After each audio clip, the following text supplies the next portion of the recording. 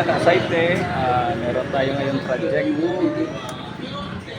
carry.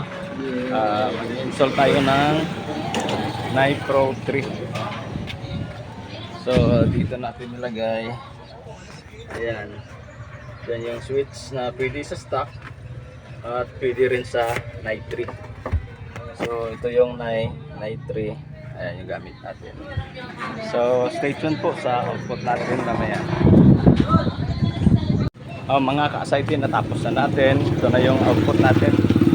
So yung kinabit natin na relay, ito lang yun, yung mini relay, yung maliit. Sabi nila hindi daw kaya, pero try natin kung kakayanin itong yung Night 3 Pro Music tsaka yung horn natin. So yung in-install natin, dalawa, isang stock horn at isang loud horn. So try natin. Dito natin kinabit yung yung module. So ayan, nagpagapang tayo ng wire dyan sa ilalim. Ayan, tsaka papunta dito sa battery. So try natin yung stock horn.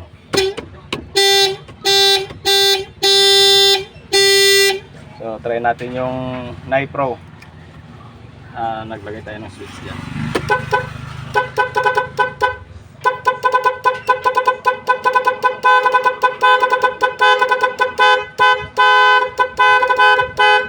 So ayan po.